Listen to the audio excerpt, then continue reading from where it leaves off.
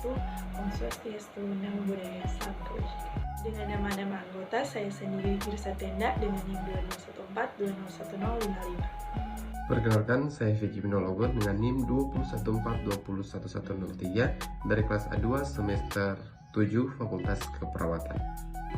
Shalom, perkenalkan saya Agnesia Kantohe dari kelas A2 semester 7 Fakultas Keperawatan. Perkenalkan, nama saya Adinda Natasha dengan NIM 1914-2010-038. Fungsi manajemen keperawatan organizing. Pertama-tama kita masuk dalam pengertian dari organizing. Organizing atau pengorganisasian merupakan suatu cara pengaturan pekerjaan dan pengalokasian pekerjaan di antara para anggota organisasi sehingga tujuan organisasi dapat dicapai secara efisien. Nah, masuk pada aspek-aspek penting dari fungsi manajemen keperawatan organizing. Nah, adanya kelompok orang yang bekerja sama antara lain itu adanya tujuan tertentu yang akan dicapai, adanya pekerjaan yang akan dikerjakan, adanya penetapan dan pengelompokan pekerjaan, adanya wewenang dan tanggung jawab, adanya pendelegasian wewenang, adanya hubungan atau relationship satu sama lain, adanya penempatan orang-orang yang akan melakukan pekerjaan, dan adanya tata tertib yang harus ditaati. Dan dari organizing ini ada macam-macam organisasi. Berdasarkan proses pembentukan itu, yang pertama itu ada organisasi formal.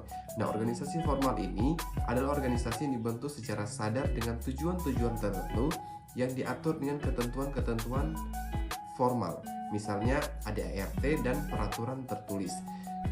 Dan kedua itu ada organisasi informal. Nah, organisasi ini yang terbentuk tanpa disadari sepenuhnya dengan tujuan yang juga tidak sepenuhnya disadari karena terjalin lewat hubungan-hubungan pribadi yang tidak tertulis dan berdasarkan kaitannya dengan pemerintah. Yang pertama itu ada organisasi resmi. Nah, organisasi yang dibentuk oleh atau ada hubungannya dengan pemerintah, misalnya jabatan, lembaga, pemerintah, perusahaan, negara, dan lain-lain. Yang kedua itu ada organisasi tidak resmi. Nah, organisasi ini yang tidak ada hubungannya dengan pemerintah, misalnya organisasi swasta. Dan berdasarkan skala ukuran dari organisasi ini ada 3 ukuran organisasi. Yang pertama itu ada organisasi besar, organisasi sedang atau menengah, serta organisasi kecil. Struktur organisasi. Terdapat 2 aspek utama, yaitu yang pertama departementalisasi, terus yang kedua pembagian kerja. Departementalisasi merupakan pengelompokan kegiatan-kegiatan kerja suatu organisasi agar kegiatan-kegiatan yang sejenis dan saling berhubungan dapat dikerjakan bersama.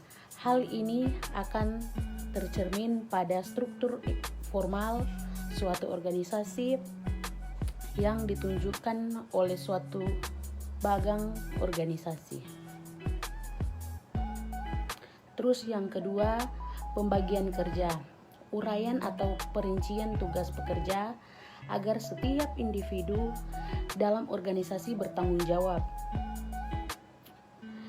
untuk melaksanakan.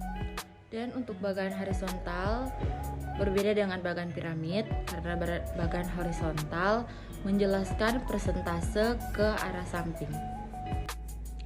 Bagan piramid seperti namanya memiliki bentuk yang sama seperti piramida.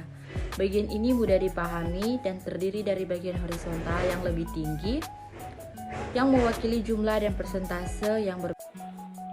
Bagan lingkaran adalah sebuah diagram berbentuk lingkaran yang dibagi menjadi irisan-irisan untuk menggambarkan proporsi numerik.